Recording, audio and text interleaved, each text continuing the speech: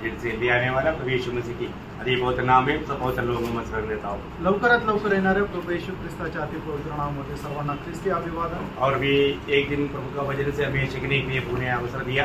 अजून एक दिवस प्रभूने त्याच्या वचनाच्या द्वारे शिकण्याकरता आपल्याला संधी मिळाली है ना, प्रभु का वचन सीखना कितना अच्छी बात है। आणि प्रभूचं वचन शिकणं किती चांगलं आहे। सीखना अच्छा बात है, परंतु इतना भी नहीं, उसको मानना है। आणि शिकणं हे खूप चांगलं आहे, पण त्याच्यामध्ये ते पूर्ण नाहीये तर ते पालनही करायचं आहे। इतना बड़ी बात, किती मोठी गोष्ट आहे। बहुत धन्यवाद देता है, प्रभूला खूप धन्यवाद असो। आज भी पुण्य अवसर दिया आणि प्रभूने आजही संधी दिली।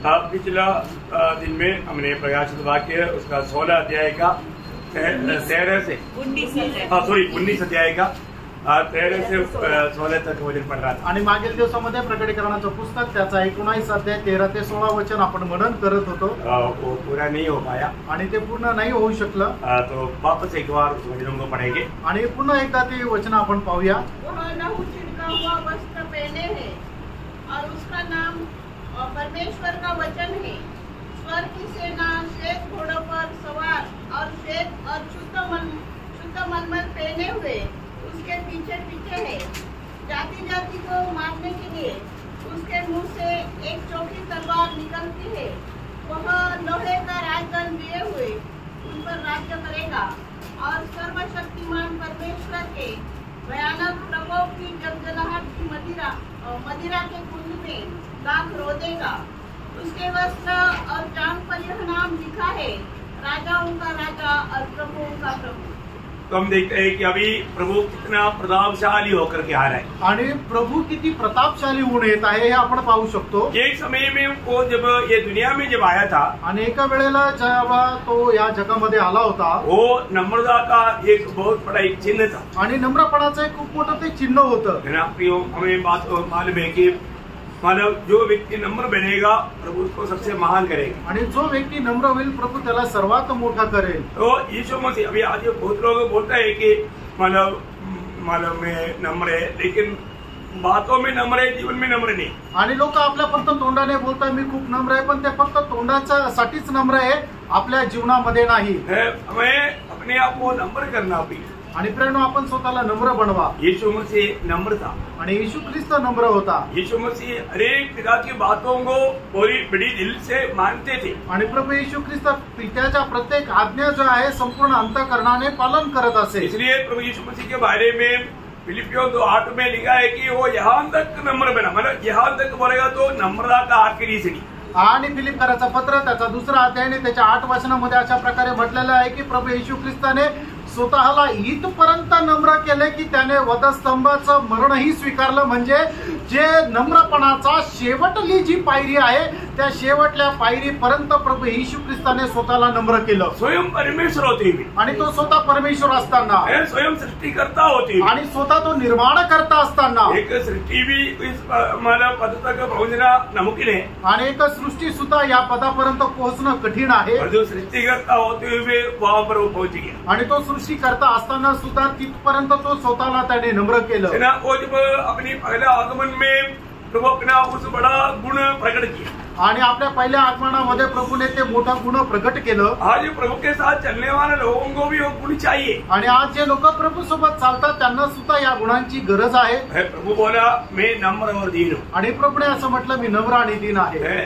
मत्ती 11 अध्याय का 28 वचन, आणि मत्ती त्याचा 11 अध्याय त्याचा 28 वचन। तो ये सब परिश्रम करने वालों और बोझ से दबे हुए लोगों मेरे पास आओ, मैं तुम्हें विश्राम दूंगा।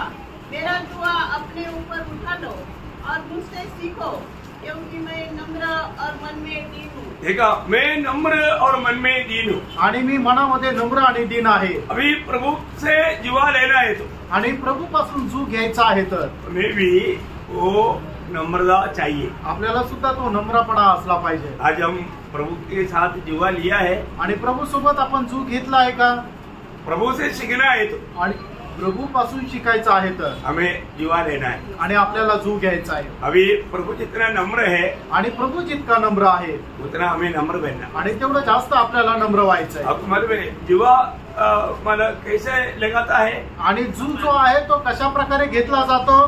बराबर का उसमें लगाता, आणि दोन जे बैल किंवा दोन जे जनावर आहे ते बरोबर उंचीचे असले पाहिजे है ना। एक बैल और एक बकरी रहेगा तो आणि एक बैल आणि एक बकरी जर राहिली तर वो जीवन नहीं लेगा सर, आणि मग तो जू नाही लावू शकत, क्योंकि बकरी बहुत छोटा है, कारण बकरीची जी हाईट आहे ती खूप लहान आहे बैल बहुत लंबा है। आणि बैल जो आहे त्याची उंची मोठी आहे। नहीं तो एक बैल और हाथी आणि नाहीतर एक बैल आणि एक हत्ती घेतला तर नहीं हो सकता। आणि तो जू नाही ठेवू शकत, क्यों नहीं हो सकता? का नाही होऊ शकत, बराबर नहीं। आणि त्या दोघांची उंची बरोबर नाही। आप देखा होगा खेती में जब भी जुतने के लिए जब लेकर जाता है दोनों बराबर थे। आणि शेतामध्ये एखादं जनावर ज्या वेळेला झुपड्या करता नांगरण्या करता घेऊन जातं त्यावेळेला त्या दोन्ही जनावरांची उंची जी आहे ती बरोबर असली पाहिजे। अगर हमें प्रभु से सीखने की इच्छा है आणि जर आपल्याला प्रभूपासून शिकण्याची इच्छा आहे तर हमको मतलब नम्रता होना चाहिए आणि आपल्याला नम्रपणा असला पाहिजे। हम नम्र है क्या? आपण नम्र आहोत का? अभी आज आत्मा का पद में बोला नम्रता है आणि आत्म्याच्या फळामध्ये नम्रपणा आहे। आणि संडे स्कूलच्या मुलं ज्या बोलले, संडे स्कूल का बच्चों को सिखा रहा तो मैं भी सीख रहा था। आणि संडे स्कूलच्या मुलांना ज्या वेळेला शिकवलं जात होतं मी पण शिकत होतो। मैं उनके साथ उधर ही नहीं बैठता, इधर बैठ कर सीखता। आणि मी त्यांच्या सोबत तिथं नाही बसत तर इथं बसतो। कितना अच्छी बात है, किती चांगली गोष्ट आहे। भजन जो भी सिखाता है हमें सीखना चाहिए, आणि वचन जे काय शिकवतं आपण ते शिकलं पाहिजे। तो आत्मा का फल में ये नम्रता है आणि आत्म्याच्या फळामध्ये हा नम्रपणा आहे। तो आज हम कहाँ तक नम्र है? आज कुठपर्यंत आपण नम्र आहोत? कई शारीरिक बलहीनता के कारण मानो वो नम्रता प्रकट नहीं होता, आणि शारीरिक निर्बलतेमुळे तो नम्रपणा प्रकट नाही होत। जैसे अपना सुदेश भाई ने आज बताया, आणि जसं सुदेश ब्रदरने सांगितलं इतना शुगर है आणि इतकी साखर आहे अंदर जाने की जरूरत नहीं, शुगर पार्टी की बोले का मजाक बात नहीं, उनको इतना शुगर का तकलीफ है आणि एवढा त्यांना ते शुगरचा त्रास आहे। तो बहुत बड़ी बात है, खूप मोठी गोष्ट आहे। कोई भी बीमारी आ जाता है, कुठलं पण आजार पण आलं तर उसका तकलीफ वो व्यक्ति को ज्यादा अनुभव, आणि त्याचा त्रास त्या व्यक्तीला जास्त अनुभव येतो। हमको तो मजाक लगता, आपल्याला तर थट्टा वाटते। मैं तो नबार्ड फैक्ट्री शुगर फैक्ट्री के बाद हमारा बोला तो उसका मतलब क्या है? शुगर एक बहुत तगड़ा बीमारी है। आणि तुम्हाला हे सगळं सांगण्याच्या पाठीमागचं कारण हेच आहे की शुगर असणं हा खूप मोठा आजार आहे। इसलिए अभी मेरे को कोई भी बीमारी के बारे में मालूम नहीं, आणि मला कुठल्या आजारपणाबद्दल माहित नाही। मेरा शुगर कितना है, नॉर्मल में कितना, खाने के बाद कितना मेरे को, आणि जेवणाच्या अगोदर आणि जेवणानंतर माझी शुगर किती आहे मला माहिती नाही। तो नहीं मालूम, का नाही माहिती? क्योंकि मालूम कभी टेस्ट करता है आणि मी कधी ते टेस्ट केली नाही, इसलिए मालूम, आणि म्हणून माहिती नाही। मैं कभी किसी के साथ बहस करने नहीं आता, आणि कधी मी कोणासोबत वादविवाद करायला जात नाही, इसलिए कभी हारा नहीं, आणि म्हणून कधी हारलो नाही। कभी नहीं हारा, का नाही हारलो? बहस के लिए गया आणि वादविवाद करायला गेलोच नाही। मुझे मालूम है कि अगर एक बार डॉक्टर के पास जाएगा तो, आणि एकदा जर मी डॉक्टरकडे गेलो तर डॉक्टर साहब इधर बैठा है, डॉक्टर साहेब इथे बसले, उनके प्रति नहीं बोल रहा हूँ, त्यांच्याबद्दल नाही बोलवते। डॉक्टर के पास जाएगा तो आपको डराएगा, आणि डॉक्टरच्या जवळ गेलं तर ते तुम्हाला घाबरवतील, उनको ऐसा शिक्षण दिया जाता है। आणि त्यांना असं शिक्षण दिलं जातं। तुम्हारा पहले डॉक्टर का शिक्षण नहीं पाया, याचा अर्थ मला ते डॉक्टरेटचं शिक्षण नाही मिळालं। लेकिन लोगों को बोलेगा वो अगर आप 5 मिनट लेट होता तो कदम कहा जाए, अच्छा हो गया टाइम पर आ गया, अभी मेरे हाथ में है, अभी मैं बचाएगा। आणि डॉक्टरकडे गेले तर म्हणतो तुम्ही 5 मिनिटं जर उशिरा झाले असते तर गेले असते, पण आता तुम्ही वाचले कारण आता तुम्ही माझ्या हातात आहे। कुछ वादा है ही नहीं, लेकिन ऐसे ही बोलेगा, आणि काही आजार नाहीये तरी ते असे म्हणतील, तो वो कुछ भी देने के लिए तैयार हो जाए, आणि मग ते काही पण द्यायला तयार होतील। अपना डॉक्टर वैसे करता है, ऐसे नहीं बोलता, आणि आपले डॉक्टर साहेब असं करता असं नाही म्हणत। प्रभु का भय मानने वाला कभी ऐसे नहीं करेगा, आणि जे प्रभूचं भय बाळगतात ते कधी असं करणार नाही। अनेक काम हमेशा अच्छा है, आणि काम नेहमी चांगलं आहे, उसमें प्रभु का भय मानकर करना चाहिए, आणि त्याच्यामध्ये आपण प्रभूचं भय बाळगून काम करायला हमारे पाहिजे। यीशु मसीह बहुत नम्र था, आपला प्रभू येशू ख्रिस्त खूप नम्र होता। कई बार है ना, छोटा सा बात अगर हमको ऐसा लगेगा अरे कोई मेरा निंदा कर रहा है, तुरंत हमको गुस्सा आता है ना। आणि छोटस आपल्याला जर वाटलं की हा माझी निंदा करत आहे, लगेच आपल्याला राग येतो ना। हम अभी तक मरा नहीं, अजूनपर्यंत आपण मेलो नाही प्रभु की उपस्थिति में कोई किसी का निंदा नहीं करता, आणि प्रभूच्या उपस्थितीमध्ये कोणी कोणाची निंदा नाही करत. लेकिन समझाने वाला बात नहीं समझेगा तो उनको लगेगा निंदा होगा. आणि ज्या गोष्टी समजून सांगतो त्या गोष्टी जर नाही समजल्या तर मग त्याला असं वाटेल निंदा करतो. हमारे यीशु मसीह को कभी दुनिया की यात्रा में निंदा लगा नहीं, आणि आपल्या प्रभू येशू ख्रिस्ताला या जीवन प्रवासामध्ये कधी निंदा वाटली नाही. तो हमारे भी यीशु मसीह का मन है, आणि आपल्यामध्ये प्रभू येशू ख्रिस्ताचं मन आहे. ये अनुभव आने के लिए वो मालूम पड़ेगा. आणि अनुभव आल्यानंतर मग समजेल. हमको एक क्रोध करता है, आणि आपल्याला राग येतो का? इधर कितने लोगों को क्रोध आता, आणि या ठिकाणी किती लोकांना राग येतो? इतनी बार आपने निर्णय लिया अभी मैं क्रोध नहीं करूंगा, आणि किती वेळा तुम्ही निर्णय घेतला की आता मी रागवणार नाही? पर तो दिन में कितने बार क्रोध आता आणि मग दिवसातून किती वेळा राग येतो? है ना. आपने पाया हुआ सारा अनुग्रह के वो द्वार निकल जाता, आणि तुम्हाला मिळालेला सर्व कृपेचा जो दरवाजा आहे तो निघून जातो. इतना भयंकर बात है ना. किती भयंकर गोष्ट आहे. हम लोग जीवन पाया, आपल्याला जीवन मिळालं. वो जीवन किसका जीवन है? आणि ते जीवन कोणाचं जीवन आहे? ईश्वरीय जीवन, आणि ते ईश्वरी जीवन आहे. परमेश्वर का जीवन. ते परमेश्वराचं जीवन आहे. लेकिन इस जीवन का ओरिजिनल अनुभव कब आएगा? आणि त्या जीवनाचा खरा अनुभव केव्हा येईल? जब हम वो आग की तुरगी फूका जाएगा, शरीर भी रूपांतर होकर के उड़ा लिया जाएगा इसके बाद में. आणि ज्या वेळेला शेवटला कर्णा वाजवण्यात येईल त्या वेळेला आपल्या हे जे मर्त शरीर आहे ते रूपांतर होऊन मग आपण जाऊ. अभी हमारे में कितना जीवन है? आता आपल्यामध्ये किती जीवन आहे? Very good. आप लोगों को याद है? आणि तुम्हाला ठाऊक आहे आपल्यामध्ये 3 जीवन आहे. हाँ, तो हमको वास्तव में कौन सा जीवन में जीना चाहिए? आणि आता आपण कुठल्या जीवनाच्या द्वारे जीवन जगायला पाहिजे? ईश्वरी जीवन. ईश्वरीय जीवन. आणि ईश्वरीय जीवनापासून आपण जीवन जगायला पाहिजे. ईश्वरीय जीवन में जीने का अर्थ एकदम आत्मा में चलना. आणि ईश्वरीय जीवनामध्ये जीवन जगणं म्हणजे एकदम आत्म्यामध्ये जीवन जगणं. हमारे प्रभु यीशु मसीह हमेशा आत्मा में चलता था. आणि आपला प्रभू येशू ख्रिस्त नेहमी आत्म्यामध्ये चालत असे.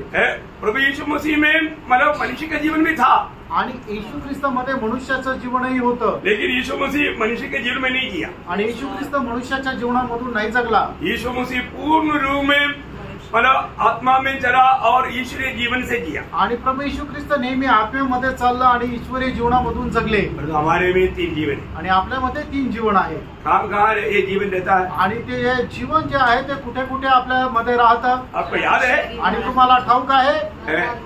आत्मा, प्राण और शरीर. मतलब ईश्वरीय जीवन कहाँ रहता? आत्मा में. आत्मा में रहता. आणि ईश्वरीय जीवन आत्म्यामध्ये राहतं. मनुष्य जीवन कहाँ रहता? प्राण में. हमारी प्राण में रहता. आणि ईश्वरीय जीवन मनुष्य जीवन जे आहे ते आपल्या प्राणामध्ये राहतं. और शैतानी जीवन कहाँ रहता? शरीर में. शरीर में रहता. आणि सैतानाचं जीवन जे आहे ते शरीरामध्ये राहतं. इसका मतलब शरीर के अनुसार. इसलिए रोमियो 8:13 में क्या लिखा? आणि म्हणून रोमकराचं पत्र 8 त्याच्या 13 वचनामध्ये काय लिहिलंय? यदि तुम शरीर के अनुसार दिन काटोगे तो मरोगे.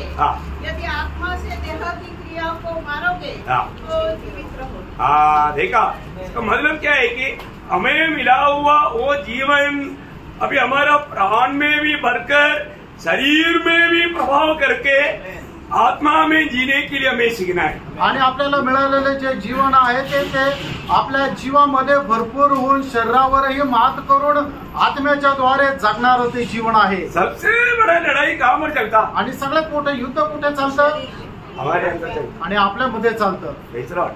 इसलिए गलातियों 5 का 17 वचन में गलातीकराचं पत्र 5 त्याच्या 17 वचनामध्ये प्रेषित पौल अशा प्रकारे म्हणतो, क्योंकि शरीर आत्मा के विरोध में. देखा, शरीर आत्मा के विरोध में और आत्मा शरीर के विरोध में लालसा करता है. आत्मा शरीर के विरोध में लालसा करता है. और ये एक दूसरे के विरोधी है. ये एक दूसरे का विरोधी है. इसलिए कि जो तुम करना चाहते हो वो न कर पाओ. देखो, मतलब शरीर अगर बलवंत रहेगा तो आत्मा में चलने नहीं देगा शरीर. आणि आपलं शरीर आत्म्याच्या विरोधामध्ये आणि आत्मा जो आहे तो शरीराच्या विरोधामध्ये कार्य करत असतं. आणि ते दोघं एकमेकाच्या विरोधामध्ये कार्य करत असतात. जर आपल्या जीवनामध्ये आपलं शरीर जर बलवंत आहे तर ते आत्म्याला कार्य करू देणार नाही.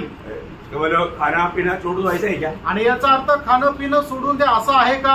हमारे प्रभु ने सबसे पहला हमारे लिए जो प्रबंध किया, खाने का प्रबंध. आणि प्रभूने आपल्याकरता सगळ्यात पहिले योजना जी बनवली ती खाण्याकरता बनवली. खाने पीने में कोई मना नहीं है. आणि खाण्यापिण्यामध्ये काही अडचण नाही. आप खूप खाओ.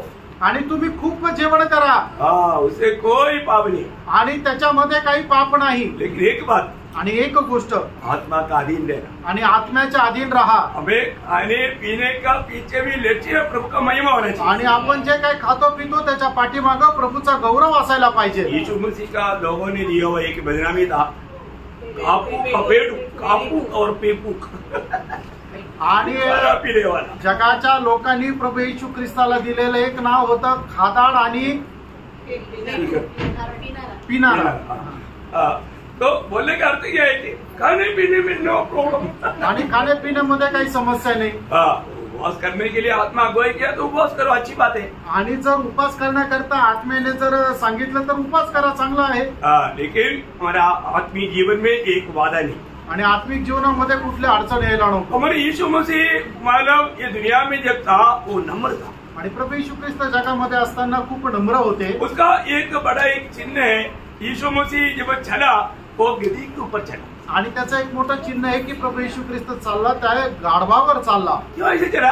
आणि तो गाढवावर का चालला? क्योंकि ये भविष्यवाणी था, कारण ही एक भविष्यवाणी होती. यीशु मसीह हर बात में नम्रता अपने जीवन में दिखाया. आणि प्रभू येशू ख्रिस्ताने प्रत्येक गोष्टीमध्ये नम्रपणा आपल्या जीवनाच्या द्वारे दाखवला. जकरिया नबी में एक भविष्यवाणी था यीशु मसीह के बारे में, उसका 9 अध्याय का 9 वचन. आणि जकरिया त्याचा 9 अध्याय त्याचं 9 वचन.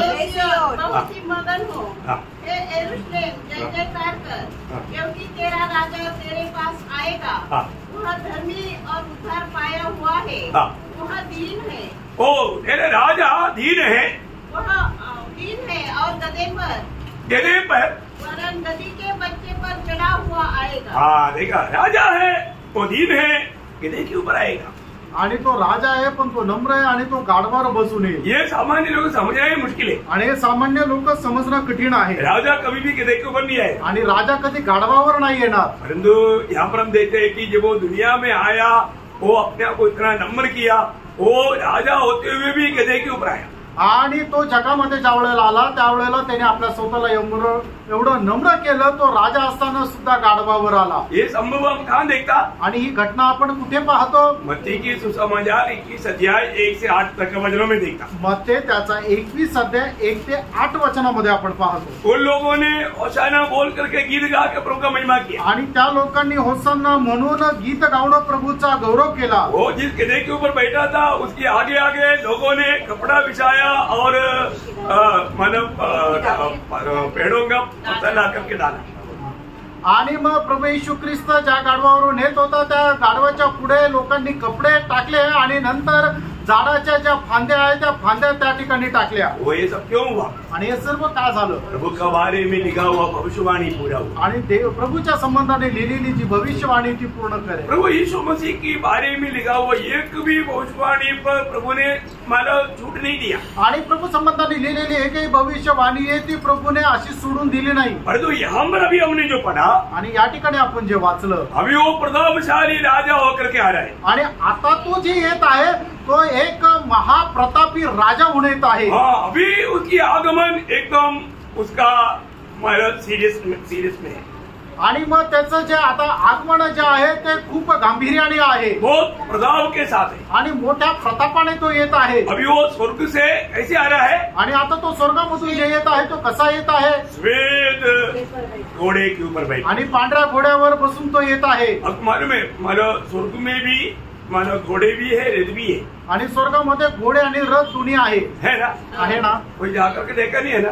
कोणी जाऊन पाहिलं नाही ना? हाँ, लेकिन वचन में लिखा है. आणि वचनामध्ये लिहिले, वचन में लिखा हुआ हर एक बात हम वैसे ही विश्वास करते आणि वचनामध्ये लिहिलेली प्रत्येक गोष्ट आपण तशीच विश्वास करतो. हैं. जरूरत पड़ गया तो आपको रथ में ले जाएगा. आणि गरज पडली तर मग तुम्हाला रथामध्ये घेऊन जात.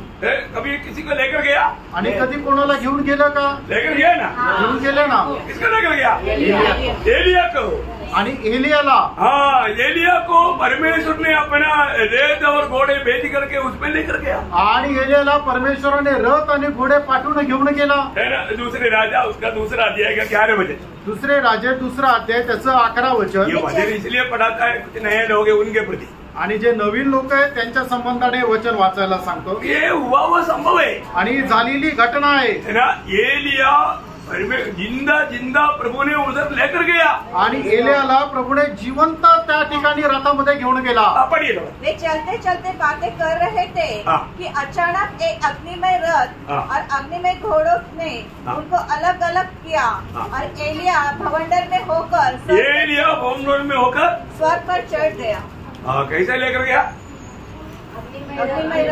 अग्निमय रथ आणि अग्निमय रथासह ते घेऊन गेला। Praise Lord. इसने देखा ऐसा? आणि कोणी असं पाहिलं का? देखा? एलिशा तो गया, और कोई देखा?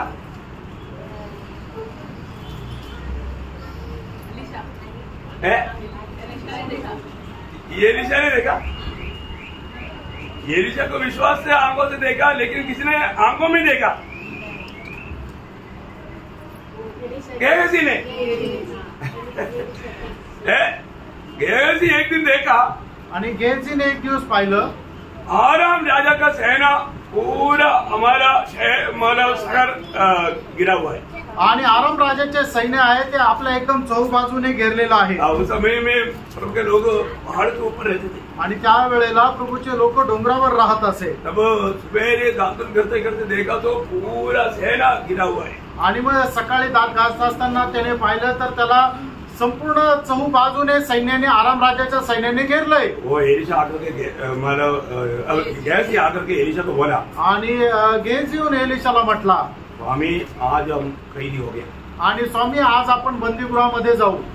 अभी दुश्मन आगे आए, हमें घेरा हुआ है आणि आपले शत्रू आले आणि त्यांनी आपल्याला घेराव टाकलाय। ये बहुत गहरा हुआ है आणि खूप ते मोठ्या प्रकारे आहे। एलिशा बोलता तू इतना डरता क्यों? आणि मग त्या वेळेला एलिशा त्याला असं म्हणतो की तू का घाबरतो? डरो मत, घाबरू नको।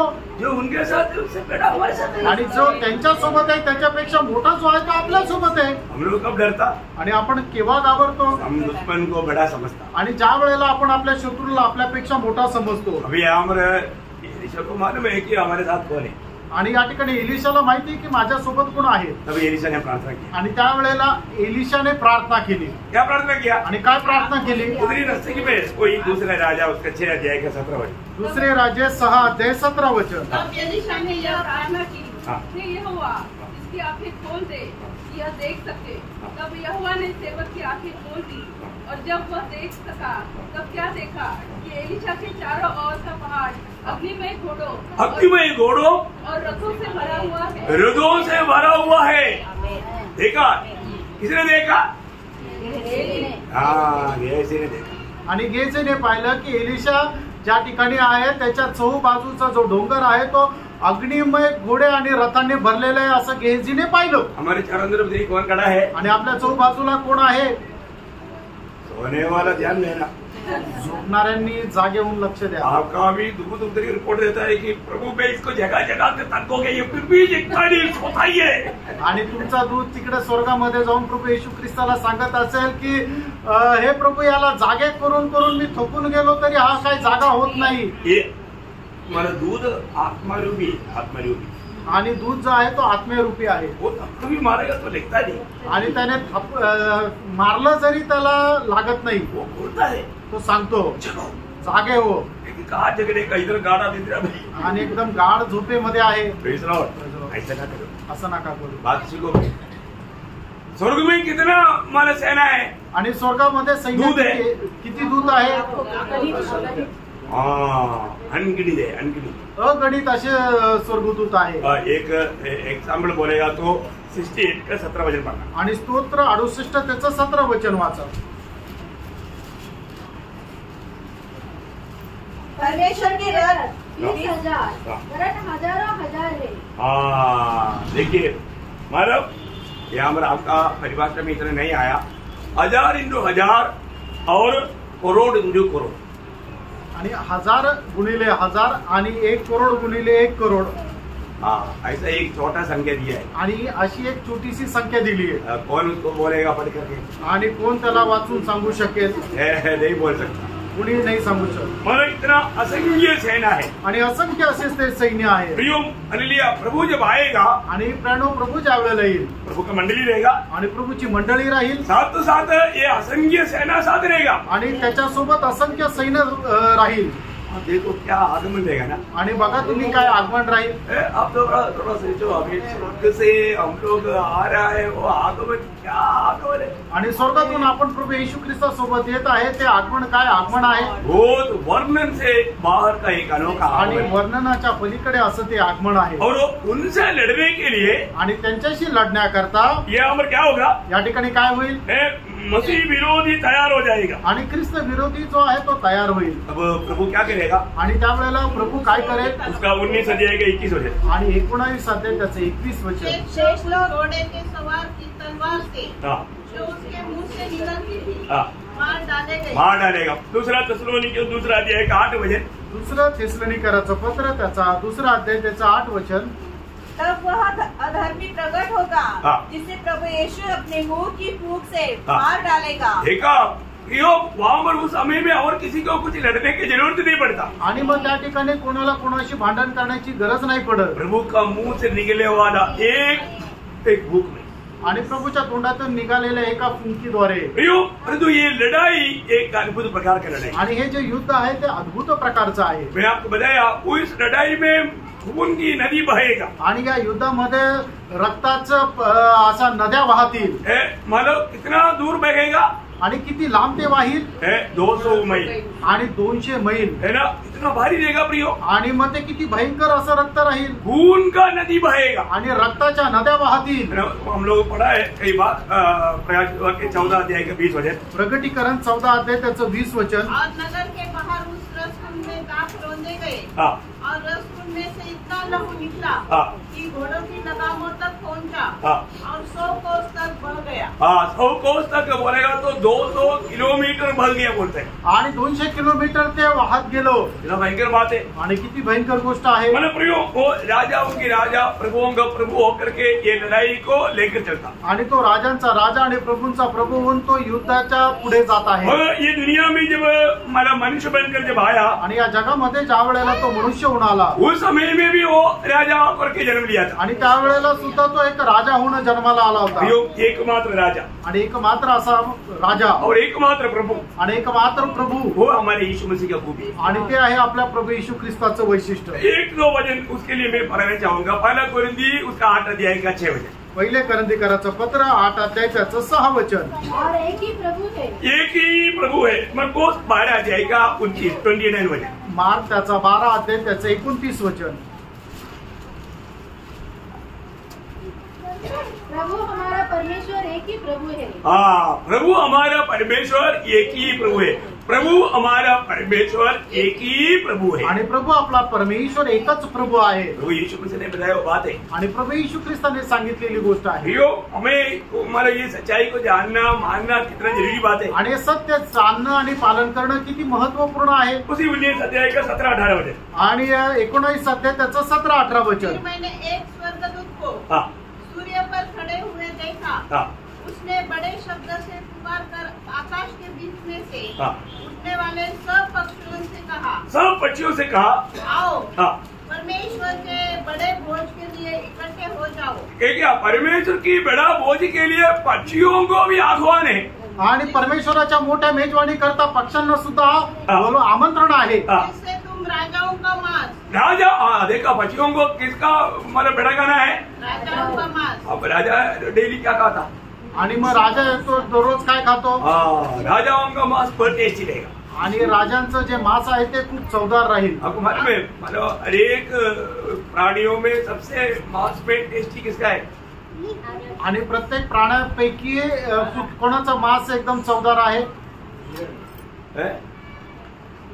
मनुष्य का मांस सबसे टेस्टी है। मनुष्याचं मांस सगळ्यात जास्त टेस्टी आहे। खाया कभी? हाँ अभी आप कलकत्ता का एक होटल में, कलकत्ताच्या एका हॉटेलमध्ये एक पादरी गया, एक पादरी गेले, पेपर में आया वो बात है, पेपर मध्ये आले, उन्होंने पहले एक मतलब खाने में एक प्लेट मंगाया आणि त्याने जेवणामध्ये एक प्लेट मागवली, बहुत टेस्ट लगा आणि खूप टेस्टी लागलं। उन्होंने बोला और एक प्लेट लाओ, आणि ते म्हटले अजून एक प्लेट आणा, क्योंकि जिंदगी में कभी भी ऐसा नहीं खाया। आणि आयुष्यात कधी असं नाही खाल्लं। दूसरा प्लेट लाया आणि दुसरी प्लेट आणली, तो क्या हुआ, काय झालं, उस प्लेट का पास में आणि त्या प्लेटच्या जवळ एक हाथ का नाखून पड़ा था। नाखून मीन्स हाथ कैसे कटा हुआ, अंगुली का छोटा एक भाग मला पड़ा था। आणि मग करंगळीचा तुटलेला एक छोटासा भाग त्याच्यात आला होता। अभी वो पादरी वर्ल्ड भर घूमने वाला एक पादरी है, आणि तो जो पादरी आहे तो जगभरामध्ये फिरणारा आहे। जगह जगह मतलब कई जगह पर ऐसे मांस खाया है, आणि पुष्कळ ठिकाणी असं त्याने मटण खाल्लंय, परंतु ऐसा टेस्टी नहीं खाया।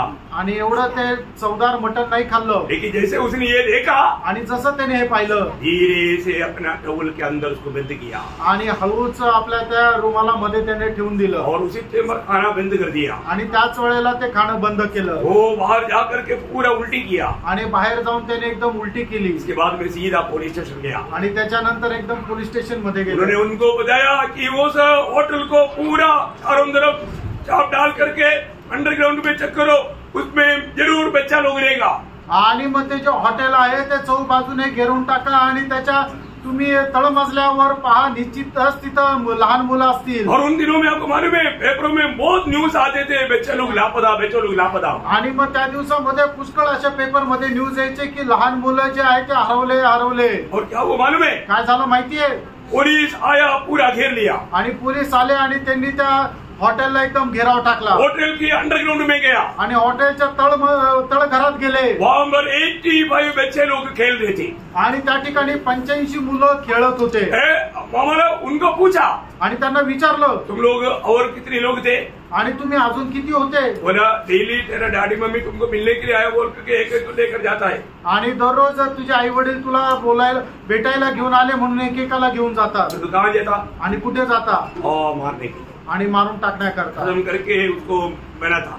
आणि मग त्याला मारून टाकलं, आणि त्याचं मांस जे आहे ते बनवतात। और इस मटन ये करी के कारण लोग बहुत उधर जाने लगा। आणि हे ते अशा प्रकारचं ते मटण भेटल्या कारणाने खूप गर्दी होऊ लागली। किसी को मालूम नहीं था, आणि कोणाला माहित नव्हतं। रियो सबको पकड़ लिया, आणि सगळ्यांना पकडलं। और ये जो बच्चा था इतना बेच गया। आणि हे जे मुलं होते हे वाचले। वो बच्चों को उनका घरों में पहुंचाया, आणि त्या मुलांना त्यांच्या घरात पोहोचवलं। ये करीब 79 में हुआ सबको भाई। आणि 1978-79 साली झालेली घटना आहे। भयंकर एक संभव था, आणि भयंकर अशी एक घटना। आप देखो इतना भारी बात है।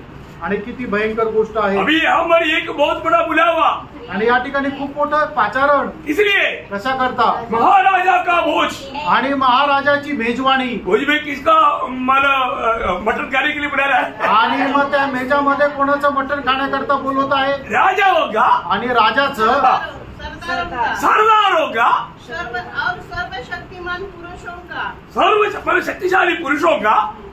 मटन बहुत तगड़ा है। घोड़ा और उनके सवारों का, सवारों का, सबका खाने के लिए बुलाट। आणि सगळ्यांचं मटण खाण्याकरता त्या ठिकाणी आमंत्रण। आपको मालूम है ये सब प्रभु का वचन में लिखा है। आणि प्रियांनो, हे सगळं प्रभूच्या वचनामध्ये लिहिलंय। ये एक तमाशा नहीं है, आणि हे एक तमाशा नाहीये। देश के नबी की किताब उसका 13 अध्याय का 4 वचन पढ़ना। आणि एजकेल त्याचा 39 अध्याय त्याचं 4 वचन। तू अपने सारे दलों हाँ। और अपने साथ की सारी जातियों समेत इस्राएल के पहाड़ों पर मार डाला जाएगा। मैं तुझे भांति भांति के मांसाहारी पक्षियों और वन पक्षियों का आहार कर दूंगा। वन पशुओं का आहार कर दूंगा। प्रभु ने बता कर रखा है, आणि प्रभूने सांगून ठेवलंय ये पूरा होने जा रहा है। आणि हे पूर्ण व्हायला जात आहे। उसका 17 वचन, आणि त्याचं 17 वचन। एजकेल त्याचा 39 अध्याय 17 वचन। के संतान, हाँ। परमेश्वर यहोवा यो करता है, हाँ। भांति भांति के सब पक्षियों हाँ। और सब वन पशु को आज्ञा दे, हाँ। इकट्ठे होकर आओ हाँ।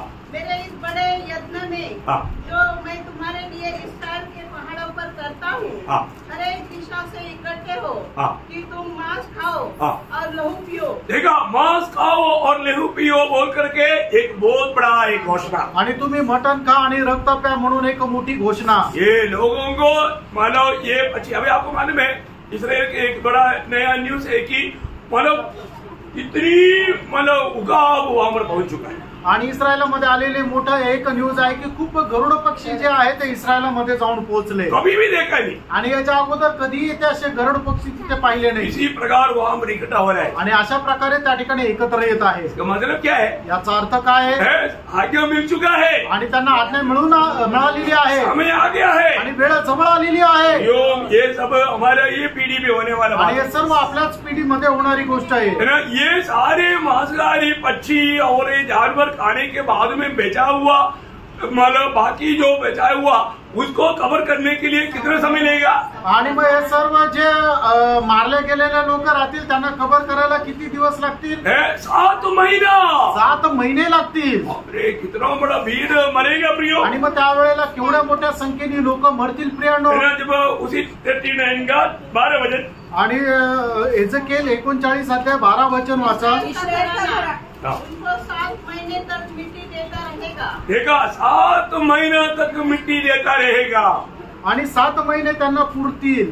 तो कितना अद्भुत बात है आणि केवढी अद्भुत गोष्ट आहे। प्रभु का वचन कहता है, प्रभूचं वचन सांगतं जहाँ पर लोथ है वहाँ मृगाव है। आणि ज्या ठिकाणी शव आहे त्या ठिकाणी गिधडे जमतील, है ना। जब मत्ती उसका 24 अध्याय उसका 28 वचन में मध्ये त्याचा 24 अध्याय त्याच्या 28 वचनामध्ये जहाँ लोथ हो हाँ वही गिदड़ इकट्ठे होंगे। देखा मानो इसका मतलब क्या है कि ये सब अभी इकट्ठा अभी से हो रहा है आणि हे सर्व एकत्र आतापासूनच होत आहे। तो इसका मतलब प्रभु के साथ लड़ने के लिए मसीह विरोधी उस सभी के सारे राजाओं को सारे लोगों को उसमें मतलब भड़काएगा। आणि मग प्रभू येशू ख्रिस्ताशी युद्ध करण्याकरता त्यावेळेला ख्रिस्त विरोधी सर्व प्रकारचे जे राजा आहे आणि लोक आहे त्या सगळ्यांना तो एकत्र करेल। ये बात हमने कई बार पढ़ा, लेकिन मैं रेफरेंस बोलते हुए आगे बढ़ता हूँ, पढ़ने की जरूरत नहीं। आणि मी हे पुष्कळ वेळा वाचलं, मी फक्त संदर्भ सांगतो, वाचण्याची गरज नाही। मतलब 9 अध्याय का 14 से 16 वचन आणि प्रगटीकरण त्याचा 9 अध्याय 14 ते 16 वचन और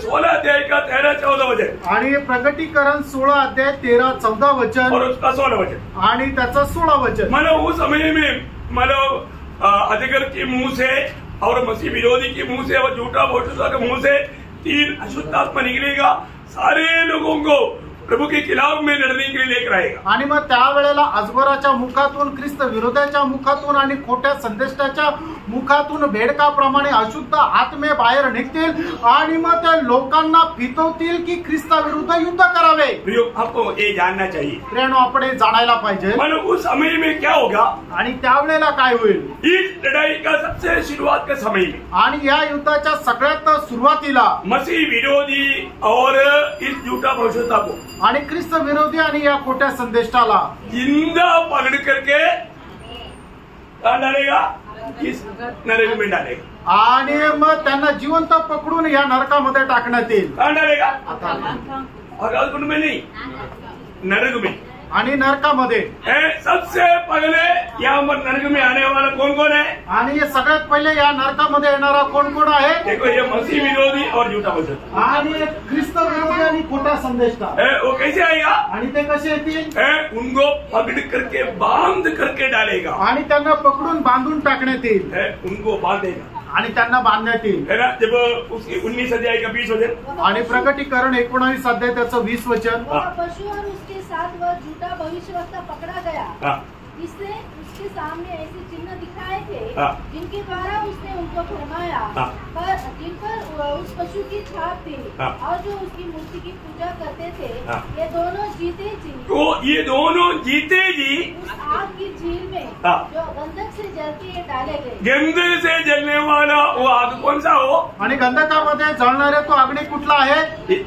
ये अनंत काल करना है, हे अनंत कालचा नरकाचा अग्नी। उसका 21 का 8 पढ़ना उसको और भी समझने के लिए। प्रगटीकरण 21 अध्याय 8 वचन वाचा। परंतु डरपोकों और अविश्वासियों और घिनौनों और हत्यारों और व्यभिचारियों और सोनों और मूर्ति पूजकों और सब झूठों का भाग उस झील में मिलेगा, वो झील में मिलेगा जो आग और गंधक से जलती रहती है। वो आग और गंधक से जलने वाला। इसका मतलब क्या है कि मतलब नरक का विषय तो आपको बाद में बताएगा, लेकिन यहाँ पर आग और गंधक से भयानक अवस्था में चलने वाला जलने वाला अनुभव है ये नरक का अवस्था। आणि नरकाची जी अवस्था आहे किंवा वैशिष्ट्य हे आहे की तिथे गंधक जो आहे तो जळतोय, म्हणूनच त्याच्याद्वारे निर्माण होणारी जी उष्णता आहे ती खूप प्रखर किंवा खूप तीव्र अशी आहे। आपको मालूम है अभी जो लड़ाई चलेगा, आता जे युद्ध चालेल, हमेशा ये लड़ाई का उद्देश्य क्या है? आणि नेहमी या युद्धाचा उद्देश काय आहे? एक ही उद्देश्य है, एकच उद्देश आहे। बाकी सभी लोगों का एक ही उद्देश्य है, इस्राएल को हमेशा के लिए दुनिया से मिटा डालना। आणि सर्व लोकांचा उद्देश हाच आहे की इस्रायलाला जगाच्या नकाशामधून नाश करणं। आपको मालूम है जब से खास करके इस्राएल ये दुनिया में जब स्थापना हुआ, आणि या जगामध्ये ज्या वेळेला इस्रायलाची स्थापना झाली, आपको मालूम है ये जो वर्ल्ड वॉर जो भी हुआ किसकी संबंध में हुआ, आणि हे दोन्ही जे महायुद्ध झाले ते कोणाच्या संबंधाने झाले बहुत लोगों को मालूम नहीं, पुष्कळ लोकांना ठाऊक नाही, है ना। पहला वर्ल्ड वॉर जो हुआ था, आणि पहिलं जे महायुद्ध झालं होतं 1914 से 1918 तक का समय, आणि 1914 पासून 1918 पर्यंत ये लड़ाई होने के बाद में क्या हुआ, आणि हे युद्ध झाल्यानंतर काय झालं? एक बालबर घोषणा किया गया, आणि एक बालबर घोषणा करण्यात आली। ये हम लोगों को हिस्ट्री में पढ़ने के लिए, आणि आपल्याला इतिहासामध्ये वाचण्याकरता इसमें इस्राएल को पैलेस्टीन देश में वापस आने के लिए परमिशन मिला, आणि इस्रायलला पॅलेस्टीन देशामध्ये येण्याची परवानगी मिळाली। ब्रिटेन उसको राज्य देगा करके गवाही दिया था, आणि ब्रिटन त्यांना राज्य देईल अशी साक्ष दिली होती, लेकिन ब्रिटेन विश्वासघाती निकला, आणि ते ब्रिटन विश्वासघाती निघालं, वो वचन को उन्होंने पूरे नहीं किया, आणि त्यांनी दिलेलं वचन त्यांनी पूर्ण नाही केलं। तब समय आगे बढ़ा, आणि मग वेळ जशी पुढे निघाली, इस्राएल लोग इस्राएल में आते रहा, आणि मग इस्रायल लोक यरूशलेम मध्ये येत गेले, संख्या बढ़ते गया, त्यांची संख्या वाढत गेली। उस समय में जब प्रभु का समय आ गया, आणि ज्या वेळेला प्रभूची वेळ आली, हर एक बात होता है तो प्रभु का समय में प्रभु का लोगों के लिए प्रभु काम करता, आणि प्रत्येक समयाला प्रभू आपल्या लोकांकरता कार्य करतो। अभी 1939 से 1945 तक सेकंड वर्ल्ड वॉर हुआ, आणि 1939 पासून 1945 पर्यंत दुसरं महायुद्ध झालं।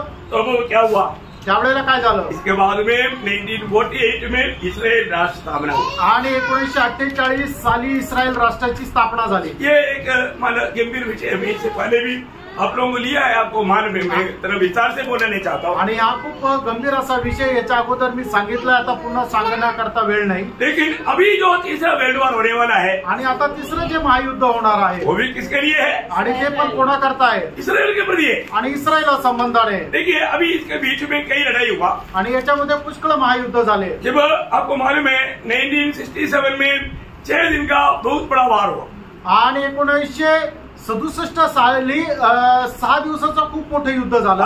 मतलब वो 5 देश पूर्ण रूप में, उनका एक ही कहना था, मतलब उसका लीडर था गमाल अब्दुल नासर, आणि त्यांचा जो नेता होता गमाल अब्दुल नाजर, उसका कहना क्या था, त्याचं काय मत होतं? हम इस लड़ाई में इस्राएल को दुनिया से मिटा डालेंगे, आणि आम्ही या युद्धामध्ये इस्रायलला जगातून नाश करून टाकू। लेकिन क्या हुआ, काय झालं? वो लोग हार गया, ते लोक हारले, और इस्राएल को जो और भी बहुत से देश मिल गया, आणि इस्रायलला अजून इतर देशही मिळाले, राज्य और बड़ा, आणि मग त्यांचं जे भागक्षेत्र होतं ते वाढलं। इसके बाद में इन लोगों ने वापस कोशिश किया, आणि मग त्याच्यानंतर त्या लोकांनी पुन्हा प्रयत्न केले 1973 में, आणि 1973 साली उस समय में लीडर अनवर सादत था, अनवर सादत, आणि त्या वेळेचा जो नेता होता अनवर सादत होता, और उन लोग उसी टाइम पर भी क्या बोला, आणि त्यावेळेला त्या लोकांनी काय म्हटलं, हम इस्राएल को पृथ्वी से मिटा डालेंगे, आणि आम्ही इस्रायलला या पृथ्वीवरून नाश करून टाकू। उन्होंने उसके लिए एक वचन भी आधार में लिया, आणि त्याच्याकरता त्यांनी एक वचनही आधारासाठी घेतलं। कौन सा वचन है मालूम है? कुठलं वचन आहे माहिती का? 83 का 4 और 5, आणि स्तोत्र 83 त्याचं 4 आणि 5 वचन। उन्होंने कहा, आओ हम उनका ऐसा नाश करें कि राज्य भी मिट जाए, और इस्राएल का नाम आगे को स्मरण न रहे, इस्राएल का नाम आगे को स्मरण न रखे, आणि इस्रायलाचं नाव याच्या पुढे आठवणीत ठेवू नये। उन्होंने एक मन होकर युक्ति निकाली है, और तेरे ही विरुद्ध वाचा बांधी है। देखा, मतलब परमेश्वर की खिलाफ में उन्होंने मिलकर के वाचा बांधा। आणि परमेश्वराच्या विरोधामध्ये त्यांनी करार केला। अब तो मैं बताऊं, मला सांगू, अभी वो समय एकदम बहुत निकट आया है। आता ती वेळ एकदम जवळ आली आहे। अभी ये कल परसों आप लोगों ने देखा होगा न्यूज में, मतलब ईरान का प्रेसिडेंट, मैं उसका नाम भूल गया, मतलब उन्होंने कई बार बोला हम इसराइल को अभी अगर वो मालक हमारे खिलाफ कुछ करेगा मिटा डालेगा। आणि इस्रायलचे राष्ट्रपती त्यांनी सांगितलं होतं की आता जर इस्रायलने आमच्या विरोधामध्ये काय केली तर आम्ही इस्रायलाचा नाश करू। बहुत भयंकर बात है आणि खूप भयंकर गोष्ट आहे। एक सत्य चेतावनी है आणि एकदम सख्त अशी वॉर्निंग आहे। पर ये अभी की एक दो दिन की बात का बात मैं आपको बोल रहा हूँ। आणि 1-2 दिवसापूर्वी झालेली गोष्ट मी तुम्हाला सांगतोय। यो एक बात जानना, फ्रेंड, एक गोष्ट जाणा, परमेश्वर का वचन हमारा इस आयु में पूर्ण होने जा रहा है आणि देवाचं वचन या आयुष्यामध्ये पूर्ण व्हायला जात आहे। हरमोदन लड़ाई की सबसे बड़ा तैयारी आज हमारे सामने हो चुका है आणि हरमोदन युद्धाची खूप मोठी तयारी आपल्या समोर झालेली आहे, है ना। बहुत शॉर्ट टाइम के अंदर आणि खूप कमी वेळामध्ये अभी मसीह विरोध जिंदा है आणि ख्रिस्त विरोधी जिवंत आहे। झूठा भविष्यता का काम तगड़ा रीति में चल रहा है, आणि जो खोटा संदेश आहे त्याचं काम खूप जोरात चालू आहे। लेकिन हमारा प्रभु आएगा, आपला प्रभू येईल ये लड़ाई होगा, आणि हे युद्ध होईल। लेकिन इससे 7 साल पहले हमारे लिए तिरंगी फूकेगा। आणि 7 वर्ष अगोदर आपल्या करता करणा वाजवण्यात येईल। तो मतलब अभी आप देखना कितना अधिक निकटता में, आणि याचा अर्थ तुम्ही जाणून घ्या प्रभूचं आगमन किती जवळ आहे। क्योंकि लड़ाई की तैयारी हो चुका है। कारण युद्धाची तयारी झाली आहे। फिर प्रभु के लोग कब जाएंगे? आणि मग प्रभूचे लोक केव्हा जाईल? आज भी संभव है, आजही ते शक्य आहे। हम लोग बहुत सावधान रहने के टाइम आपण खूप सावध राहण्याची वेळ आहे। तो यहाँ पर उस समय में जब प्रभु लड़ने के लिए आएगा, सबसे पहले लड़ाई शुरू होने से पहले मसीह विरोधी और झूठा भविष्यता को बांध करके उस नरक में डालेगा। नरक का उद्घाटन हो गया। आणि मग ख्रिस्त विरोधी आणि खोटा संदेष्टा या दोघांना बांधून नरकामध्ये टाकण्यात येईल आणि मग त्यावेळेला नरकाचं उद्घाटन होईल। इसके बाद त्याच्यानंतर इस लड़ाई में हम लोग देखते हैं, लड़ाई शुरू होने से पहले शैतान को भी पकड़ करके अगाध कूप में डालेगा। आणि मग युद्ध सुरू होण्याच्या अगोदर सैतानाला सुद्धा पकडून अथाह कुंडामध्ये म्हणजे बॉटमलेस पीट मध्ये टाकण्यात येईल। हाँ, यहाँ पर डालेगा आणि या ठिकाणी टाकण्यात येईल, नरक में नहीं डालेगा, नरकामध्ये नाही टाकण्यात येईल। इसका और थोड़ा बाकी है, कारण याचा काळ अजून थोडा बाकी आहे। हाँ, इसलिए 1000 साल प्रभु राज करने के लिए आने से पहले, हरमोदन लड़ाई के होने के पहले इनको भी पकड़ करके डालेगा। हरमोदन युद्ध सुरू होण्याच्या अगोदर 1000 वर्ष राज्य सुरू होण्याच्या अगोदर सैतानाला बॉटमलेस पीट मध्ये म्हणजे अथाह कुंडामध्ये टाकण्यात येईल। इसलिए प्रभु अभी बोलता है, आणि म्हणूनच याच्याकरता प्रभू असं म्हणत आहे, एस्केल 28:38 का 7 वचन, आणि एजकेल त्याचा 38 अध्याय त्याचं 7 वचन।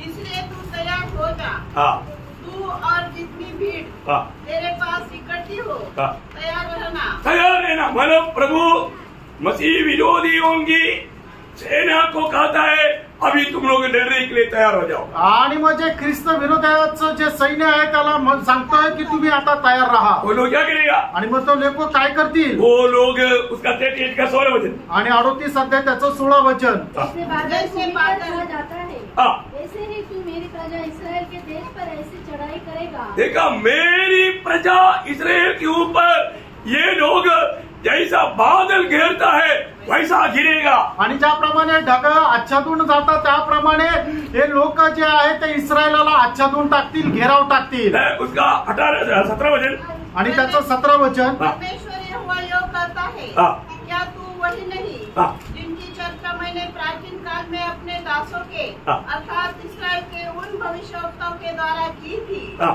जो उन दिनों में वर्षा तक यह भविष्यवाणी करते गए हाँ, कि यहोवा गोग हाँ, गोग से इसराइलों पर चढ़ाई करेगा। हाँ, मानो गोग की द्वारा इस लड़ाई की, गोग की नेतृत्व में ये लड़ाई होगा, प्रभु ऐसा करेगा। आणि गोगच्या नेतृत्वामध्ये हे युद्ध होईल, प्रभू असं करेल। तो इसका मतलब क्या है प्रियो? आणि याचा अर्थ काय प्रियानो? मतलब प्रभु का वचन में इस लड़ाई के बारे में इतना साफ साफ बात लिखा है। आणि या युद्धा संबंधाने प्रभूच्या वचनामध्ये एकदम स्पष्ट लिहिलेलं आहे। मतलब प्रभु किसके खिलाफ में? अभी आणि प्रभू आता कोणाच्या विरोधामध्ये आहे? इसराइल के खिलाफ में उठकर आने वाला विरोधियों का नेता गोग के खिलाफ में है। आणि इस्रायलाच्या विरोधामध्ये उठून आलेला त्या सर्व लोकांचा नेता गोगच्या विरोधामध्ये परमेश्वर आहे। उसी 38 अध्याय का 3रा वचन पढ़ना। आणि 38 अध्याय 3रं वचन वाचा। और यह कहा हे गोग, हे रोश, मेशेक और तुबल के प्रधान, परमेश्वर यहोवा यो कहता है, देख मैं तेरे विरुद्ध हूँ। देखिए क्या कुछ उसके साथ उसका 39 का 1 भी पढ़ना। आणि एजेकिएल 39 अध्याय 1 वचन हे वाचा। फिर हे मनुष्य के संतान, गोग के विरुद्ध भविष्यवाणी करके यह कह, हे गोग, हे रोश, मेशेक और तुबल के प्रधान, परमेश्वर यहोवा यो कहता है, मैं तेरे विरुद्ध हूँ। देखिए यहाँ पर जो बताया हुआ देश कौन कौन सा है आणि या ठिकाणी सांगितलेले देश कुठले आहेत? रोश बोलेगा तो इंग्लिश में रूस, आणि रोश म्हटलं म्हणजे इंग्लिश मध्ये रूस मतलब रशिया, म्हणजे रशिया। और मेशक बोलेगा तो मॉस्को, आणि मेशक म्हटलं तर मॉस्को। मॉस्को मीन्स वो रशिया का राजधानी है, आणि मग ती रशियाची राजधानी आहे। और तुबेल बोलेगा तो वो मतलब रशिया की पूर्व दिशा की साइबेरिया और उनके साथ का देश।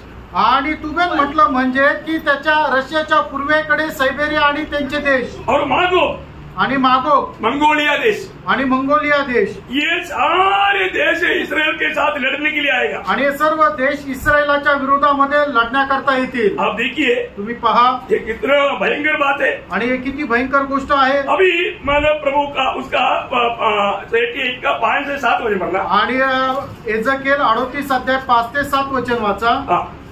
और उसके संग फारस, मतलब उनके संग और होने वाला देश के नाम है। फारस बोलेगा तो पेर्शिया, पेर्शिया बोलेगा तो आज का ईरान, आणि फारस म्हटलं म्हणजे आजचा इराण। मतलब और कुश बोलेगा तो इथियोपिया, आणि कुश म्हटलं म्हणजे आज का इथियोपिया, आणि आजचा इथियोपिया। और पुत बोलेगा तो लिबिया, आज का लिबिया, आणि पुत म्हटलं म्हणजे आजचा लिबिया। और जो सबके सब ढाल लिए और टोप लगाए होंगे, और गोमर बोलेगा तो आज का जर्मनी, आणि गोमर म्हटलं म्हणजे आजचा जर्मनी। और उसके सारे दलों को, उसके सारे दलों को, और उत्तर दिशा के दूर दूर देशों के दो गर्मा ग्रह बोलेगा तो स्कैंडिनेवियन मानो उस द्वीप समूह पूरा इसके खिलाफ में आएगा। आणि तोगरम म्हटलं म्हणजे स्कॅन्डेलियम जे बेट आहे ते सगळे याच्या विरोधात येईल। इसको मतलब एक अनगिनत में लोग रहेगा, आणि अगणित रीतीने लोक राहतील। इतना भयानक अवस्था है प्रियो, आणि एवढी भयंकर अवस्था आहे प्रियांनो। मतलब ये सब किसके नेतृत्व में आएगा? आणि हे सर्व कोणाच्या नेतृत्वामध्ये येतील? रशिया का नेतृत्व में आएगा। आणि रशियाच्या नेतृत्वामध्ये येतील। हमारे में रशिया के लोगों में अधिकतर लोग नास्तिक लोग हैं, आणि रशियाच्या लोकांमध्ये जास्त करून लोक नास्तिक आहे। वो प्रभु पर विश्वास नहीं करता, आणि ते प्रभू परमेश्वरावर विश्वास नाही और करत। इसलिए प्रभु पर विश्वास करने वाला देश है, आणि इस्रायल जो आहे तो परमेश्वरावर विश्वास ठेवणारा देश आहे। इसलिए उनके खिलाफ में लड़ने के लिए लोग तैयार हो जाएंगे, आणि त्यांच्या विरोधामध्ये लढण्याकरता ते लोक तयार होतील। एक्चुअली इस लड़ाई की एक और भी उद्देश्य है, आणि या युद्धाचा अजून एक उद्देश आहे, क्योंकि जो जहाज के द्वारा जितना भी मानव पूर्व एशिया से जो जाता है वो सब मानव इसराइल के द्वारा जाएगा तो वहां पर उनको बहुत जल्दी पहुंच सकता। आणि मग जहाजाच्या द्वारे जी काही देवाणघेवाण जाते ते जर इस्रायलाच्या त्या द्वारे जर गेली तर त्यांना खूप स्वस्त पडेल आणि खूप कमी वेळामध्ये पोहोचेल। अभी उन लोग बाल्टिक समुद्र के द्वारा 7000 दूर जहाज को चलना पड़ता, आणि मग बाल्टिक समुद्राच्या मार्फत 7000 किलोमीटर लांबून त्यांना ते जावं लागतं। परंतु अभी जो इसराइल की जो अधीन में मतलब आपने सुना होगा कई बार हैफा बंदरगाह से होकर जाएगा तो सिर्फ 600 मील में पहुंच जाएगा, आणि हैफा त्या बेटाच्या द्वारे जर गेलं तर फक्त 600 मैलामध्ये ते पोहोचेल। परंतु इसराइल अनुमति नहीं देता, आणि इस्रायल परवानगी नाही देत। इसलिए इसराइल के साथ लड़ने के लिए उन लोग ज्यादा उत्सुक बन जाते, आणि म्हणून इस्रायला सोबत युद्ध करायला ते जास्त उत्सुक होतात। ये कितना भयंकर बात है, आणि प्रियांनो किती भयंकर गोष्ट आहे। तो इसलिए यहाँ पर इस लड़ाई में मतलब इसराइल के खिलाफ में आने वाला रशिया के नेतृत्व में आने वाला सबके ऊपर एक क्रोध उंडेला जाएगा। आणि मग इस्रायला सोबत राहणाऱ्या सर्व देश आणि इस्रायल रशिया आणि त्याच्यासोबत असणारे जे देश आहे त्यांच्या विरोधात परमेश्वराचा प्रकोप होतण्यात येईल। एजेकिएल की किताब उसकी 38 अध्याय का 18 से 22 वचन आणि एजेकिएल 38 अध्याय 18 ते 22 वचन। जिस दिन इस्राएल के देश पर गौ चढ़ाई करेगा उसी दिन मेरी जलजलाहट मेरे मुख से प्रकट होगी। परमेश्वर यहोवा की यही वाणी है। मैंने जलजलाहट और क्रोध की आग में कहा कि निसंदेह उस दिन इस्राएल के देश में बड़ा भूकंप होगा। मेरे दर्शन से समुद्र की मछलियाँ और आकाश के पक्षी, मैदान के पशु और भूमि पर जितने जीव जंतु रहते हैं और भूमि के ऊपर जितने मनुष्य रहते हैं सब कांप उठेंगे। एक छोटा भूकंप कांप उठता है तो इधर भयंकर भूकंप आएगा तो क्या रहेगा। आणि छोट्याशा भूकंपामध्ये लोक थरकाप करतात तर हा एवढा मोठा भयंकर भूकंप आल्यानंतर काय होईल। ये परमेश्वर की बदला लेने का कार्य है आणि हे परमेश्वराचा झाडा घेण्याचं काम आहे। 5 तक पढ़ना। और पहाड़ गिराए जाएंगे और चढ़ाइयाँ नष्ट होंगी और सब दीवारें गिरकर मिट्टी में मिल जाएंगी। परमेश्वर यहोवा की यह वाणी है कि मैं उसके विरुद्ध तलवार चलाने के लिए अपने सब पहाड़ों को पुकारूंगा। बोलने का मतलब प्रभु सृष्टि किसी प्रकार का भी सृष्टि को इस्तेमाल करेगा आणि प्रभु कुठल्याही प्रकारच्या सृष्टीचा उपयोग करून घेईल। अब जकरिया उसके 14 अध्याय का 3रा वचन पढ़ना। जकरिया 14 अध्याय त्याचं 3रं वचन वाचा। तब यहोवा निकलकर उन जातियों से ऐसा लड़ेगा। यहोवा निकल करके लड़ेगा। कौन लड़ेगा। यहोवा। इस्राएल के लिए अभी प्रभु स्वयं लड़ेगा आणि इस्रायला करता परमेश्वर स्वतः लढेल। व्यवस्था 33 अध्याय का 26 वचन आणि अनुवाद त्याचा 33 अध्याय त्याचं 6 वचन नहीं 26 वचन। यरूशलेम ईश्वर की तुल्य और कोई नहीं है। वो तेरी सहायता करने को आकाश पर और अपना प्रताप दिखाए हुए। देखा इस्राएल यहोवा के समान कोई नहीं। वो इस्राएल को अपना प्रताप दिखाने के लिए आकाश मंडल पर सवार होकर चलता है। देखा मानो उस समय में प्रभु प्रकट होगा आणि त्या वेळेला प्रभु प्रगट होईल। मतलब क्या है प्रियो। याचा अर्थ काय प्रियांनो। उस समय में इस्राएल के किनारे में आया हुआ सेना का संख्या कितना। आणि मग त्या वेळेला इस्रायला सोबत आलेल्या सैन्य त्यांची संख्या काय राहील आपको मालूम। तुम्हाला ठाऊक आहे। वो 70 आहे आणि ते सुद्धा लिहून ठेवलंय 20 करोड़ 20 करोड़ है ना। उसका प्रकाशित वाक्य 9 का 16 वचन। प्रगटीकरण 9 अध्याय 16 वचन। उनकी फौज की सवारी की थी 20 करोड़ की थी। देखा 20 करोड़ लोग आएगा आणि 20 करोड़ लोक येतील। तो उनके लिए प्रभु मतलब क्या रेखा है। आणि प्रभूने त्यांच्या करता काय ठेवलंय। आजकल का मिसाइल नहीं आणि आजकालचे जे मिसाईल आहे ते नाही। आजकल का ड्रोन भी नहीं आणि आजकालचे ड्रोन सुद्धा नाही। ड्रोन एक व्यक्ति पर लक्ष्य लगाएगा तो उसी को मारेगा। आणि ड्रोन काय आहे की एखाद्या व्यक्तीकडे लक्ष लावलं तर त्यालाच मारेल। परंतु अभी प्रभु का जो अस्त्र क्या है आणि प्रभूचा अस्त्र काय आहे। योग को प्रभु ने सवाल पूछा था ना। आणि योबाला प्रभूने प्रश्न विचारला होता ना। वो सवाल में लिखा है आणि त्या प्रश्नामध्ये लिहिले योग 38 अध्याय का 22 से 23 वचन। आणि योग त्याचा 38 अध्याय 22 ते 20 वचन। क्या तू कभी नीम के भंडार में बैठा या कभी ओलों के भंडार को तूने देखा है जिसको मैंने संकट के समय के लिए रखा है आणि ज्याला मी संकटाच्या वेळेसाठी जपून ठेवलंय। और युद्ध और लड़ाई के दिन के लिए रख छोड़ा। युद्ध और लड़ाई के दिन के लिए रख छोड़ा है आणि युद्धाच्या दिवसाकरता मी ते सांभाळलेलं आहे। हो कितना भयंकर बात है। आणि किती भयंकर गोष्ट आहे। वो आकाश से ये बरसाएगा आणि आकाशातून प्रभू हे ते पाडेल। और हमने उसका वजन तक देखा था आणि ते वचन सुद्धा आपण पाहिलं होतं। 40 किलो 40 किलोची एक गार। एक 20 करोड़ लोगों के ऊपर 40 किलो का एक के ऊपर एक के सिर पर डालेगा। आणि मग जे 20 करोड लोक आहेत त्यांच्या डोक्यावर एकेकाच्या डोक्यावर 40 किलोची गार वरतून पडेल। चटनी होकर के उनका खून बहेगा आणि मग एकदम त्यांची चटणी होऊन जाईल आणि त्यांचं रक्त जे आहे ते वाहेल। 200 माइल उसका माना खून बहेगा। आणि 200 मैल त्यांचं रक्त वाहील। ओ कितना भयंकर बात है, किती भयंकर गोष्ट आहे ना। परमेश्वर आकाश से बरसाएगा आणि परमेश्वर आकाशातून ते पाडेल। फिर उस समय में ये लड़ाई के बाद में रशिया में कितना लोग रहेगा? आणि मग या युद्धानंतर रशियामध्ये किती लोक राहतील? अभी आपको मालूम है अभी 24 करोड़ लोग है रशिया में, आणि रशियाची जनसंख्या 24 करोड़ आहे। अभी कितना रहेगा मालूम है? आणि किती राहतील माहिती का? 8 करोड़। 8 करोड़। इसका मतलब ये वचन में लिखा रखा है आणि हे वचनामध्ये लिहिलंय। क्या प्रभु का वचन है आणि काय प्रभूचं वचन आहे ना। जब 39 का दो आणि एजकेल त्याचं 39 अध्याय त्याचं दुसरं वचन। मनुष्य के संतान, नहीं 8,000 भी नहीं 4,000 रहेगा। हाँ पढ़ो पढ़ो। हाँ हे मनुष्य के संतान, हाँ। अपना मुंह मागोग देश के गोग की ओर करके हाँ। जो रोश मेशेक और तुबल का प्रधान है हाँ। उसके विरुद्ध भविष्यवाणी कर हाँ और यह कह कि हाँ। हे गोग, हे रोश मेशेक और तुबल के प्रधान, हाँ। परमेश्वर यहोवा यो कहता है, हाँ। देख मैं तेरे विरुद्ध हूँ।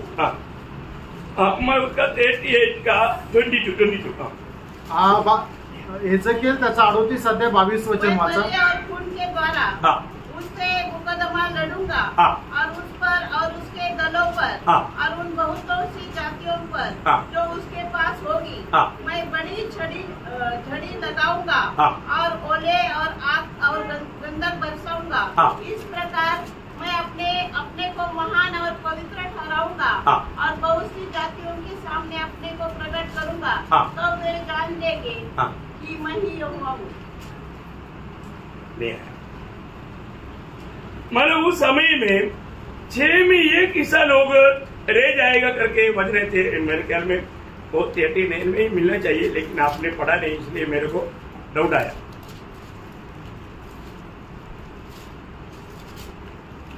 हाँ मतलब मेरा इसमें 2 में है, आपका मतलब इसमें नहीं आया। 39 का 2। मैं तुझे घुमा ले आऊंगा हाँ। और उत्तर दिशा के दूर दूर देशों से चढ़ा ले आऊंगा। हाँ। और इसराइल के पहाड़ों नहीं नहीं, वो शुरू में ही लिखा है मैं तुम्हें घुमा करके लाएगा, तुम्हारे में 6 में 1 भाग माना बाकी रहेगा। आणि मी तुला फिरून आणेल आणि 6 पैकी 1च भाग उरेल। मतलब 39 का दूसरा वजन में है होगा, 6 पार्ट है 6 पार्ट भाग है ना। हाँ देखा उसमें है। मतलब डॉक्टर साहब तो उसमें है, किसी में परिभाषा में नहीं आया। ओके, तो बोलने का अर्थ क्या है प्रयोग? मतलब उनका देश में सिर्फ 6 में 1 भाग, उसको मतलब अभी 24 करोड़ है, 4 करोड़ रहेगा। आणि मग ते 24 करोड आहे तर ते 4 करोड राहतील बाकी सबको खत्म करेगा। आणि मग ते सगळ्यांना मारून टाकण्यात क्या येईल। भाई की बात है। आणि काय भयंकर गोष्ट आहे। प्रभु का वचन कितना भयानक है आणि प्रभूचं वचन किती भयंकर आहे। ये अभी होने वाला लड़ाई में होने वाला संभव की बात हम देख रहे हैं। आणि येणाऱ्या त्या दिवसामध्ये होणारं जे युद्ध आहे त्याच्या संबंधाने आपण पाहतोय। हर्मोदोन लड़ाई आणि हर्मोदोन युद्ध कितना भयंकर रहेगा, किती भयंकर राहील। प्रयोग हमें प्रभु ने उससे बचाया। आणि प्रणव प्रभूने आपल्याला वाचवलं। ये सारे जानकारी प्रभु ने हमें दे रहा है। आणि ही सर्व माहिती प्रभू आपल्याला देत आहे। बोलने का अर्थ क्या है कि आणि सांगायचं तात्पर्य हम काय? कितना अधिक और भी प्रभु का भय मान करके प्रभु का सम्मान करना आणि चाहिए। किती जास्त भय बाळगून आपण प्रभूचा सन्मान करायला पाहिजे। प्रियो ये संभव अभी हमारी दृष्टि में होने जा रहा है, उसकी तैयारी दुनिया कर चुके हैं आणि ही संभव आपल्या समोर होणार आहे त्याची तयारी जगाने करून घेतलेली और आहे। इसमें ना पड़ना है। आणि जर याच्यामध्ये नाही जायचंय तर अभी भी अगर किसका अगर उद्धार नहीं हुआ है, अजूनही कोणाचं तारण नसेल झालं प्रियो तर। आज भी प्रभु आपको बुला रहा है, आणि प्रणव आजही प्रभू तुम्हाला बोलवत आहे। हैं, बेटे तू मेरे पास आओ, आणि हे मुला तू माझ्याकडे ये। मैं तुझे एक नया जीवन दूंगा, आणि मी तुला एक नवीन जीवन मैं देईन। तेरे जीवन को बदलूंगा, आणि तुझं जीवन मी बदलेल। मैं तुझे आनंद जीवन दूंगा। आणि तुला सार्वकालिक जीवन मी देईल। अभी भी मन पर करके प्रभु के निकट आने वालों के लिए वायदा है। आणि जे कोणी पश्चाताप करून प्रभू जवळ येतात त्यांच्याकरता अभिवचन आहे। अभी ये मौका है, आता ही संधी आहे। अभी ये मौका अगर नष्ट करेगा तो आणि आता ही संधी जर नष्ट केली है तर ना। सोदोम गोमोर से अब्राहम की बिंदी के कारण लोत परिवार बच गया। आणि सदोम गोमोराच्या त्या नाश होत असताना अब्रामाच्या विनंतीमुळे लोट आणि परिवार वाचला। वहां पर भी प्रभु ने क्या किया था? त्या ठिकाणी सुद्धा प्रभूने काय केलं होतं? वहां पर जब उत्पत्ति 19 अध्याय में हम देखता है, 19 अध्याय का 24-25 वचन में उत्पत्ती 19 अध्याय 24-25 वचनामध्ये आपण पाहतो। तब यहोवा ने अपने ओर से सदोम और अमोरा पर हाँ। आकाश से गंधक और आग बरसाए। गंधक और आग बरसाया, उस प्रकार सोदोम गोमोर को नष्ट किया। आणि गंधक आणि अग्नीचा वर्षा करून सदोम गोमोराचा प्रभूने नाश केला। प्रियो आखिर में प्रभु अपना भयंकर क्रोध दुनिया में उंडेलने जा रहे आणि मग शेवटी प्रभू आपला भयंकर प्रकोप जो आहे तो जगामध्ये होतायला जात वापस आहे. एक बार 28 का 22 पढ़ना. आणि एजेकिएल 28 अध्याय त्याचं 22 वचन वाचा. 38 का 38 अध्याय त्याचं 22 वचन. मैं मरियम और उनके द्वारा हाँ। उसे मुकदमा लड़ूंगा हाँ। और उस पर और उसके दलों पर हाँ। और उन बहुत सी जातियों पर हाँ। जो उसके पास होंगे हाँ। मैं बड़ी झड़ी लगाऊंगा और ओले और आग और गंधक बरसाऊंगा. देखा ओले मतलब ये सब पौधों को मोरे में डाला हुआ बात वापस यहाँ पर अति भयानक रीति में दोहराने वाला है. आणि जसं सदम गोमोराचा ज्या प्रकारे नाश केलाय त्याच्याही भयंकर रीतीने या ठिकाणी होणार आहे. ये कभी हुआ नहीं, ऐसे भी नहीं. आणि याच्या अगोदर झालं नाही असं नाही, दुनिया में हुआ है. जगामध्ये झालंय. छोटा रीति में छोटा देश में, आणि छोट्या रीतीने छोट्या देशामध्ये. पर जो अभी ऐसे नहीं, आता असं नाही. ये अभी भयानक रीति में. आणि आता हे भयंकर रीतीने. तो कितना बड़ी बात है. आणि किती मोठी गोष्ट आहे. ये कोई डराने के लिए नहीं थी. आणि हे घाबरवणं करता नाहीये. हमारा प्रभु कितना सामर्थ्यवान है. आपला परमेश्वर किती सामर्थ्य. आज अगर हम प्रभु की बातों को मानकर जीवन बिताएगा आणि आज जर प्रभूच्या आज्ञेचं पालन करत आपण जीवन जगलो तर कितना धन्यवाद. किती धन्य गोष्ट आहे. अभी भी फर्क हो. आता ही पारखा प्रेरणा आहे. अगर मेरा नाम स्वर्ग में लिखा है, आणि माझं नाव स्वर्गामध्ये लिहिलंय. जीवन का किताब में मेरा नाम है क्या, जीवनाच्या पुस्तकामध्ये माझं नाव आहे का, ये जानना पड़ेगा. हे जाणून घ्या. नहीं तो नष्ट हो रहेगा. नाहीतर नष्ट व्हा. कोई इधर सुनने वालों में एक भी व्यक्ति इस क्लेशों में ना जाए. आणि ऐकणाऱ्यापैकी एकाही व्यक्तीने या नाशा क्लेशामध्ये जाऊ नये. प्रभु को महिमा हो. प्रभूचा गौरव असो.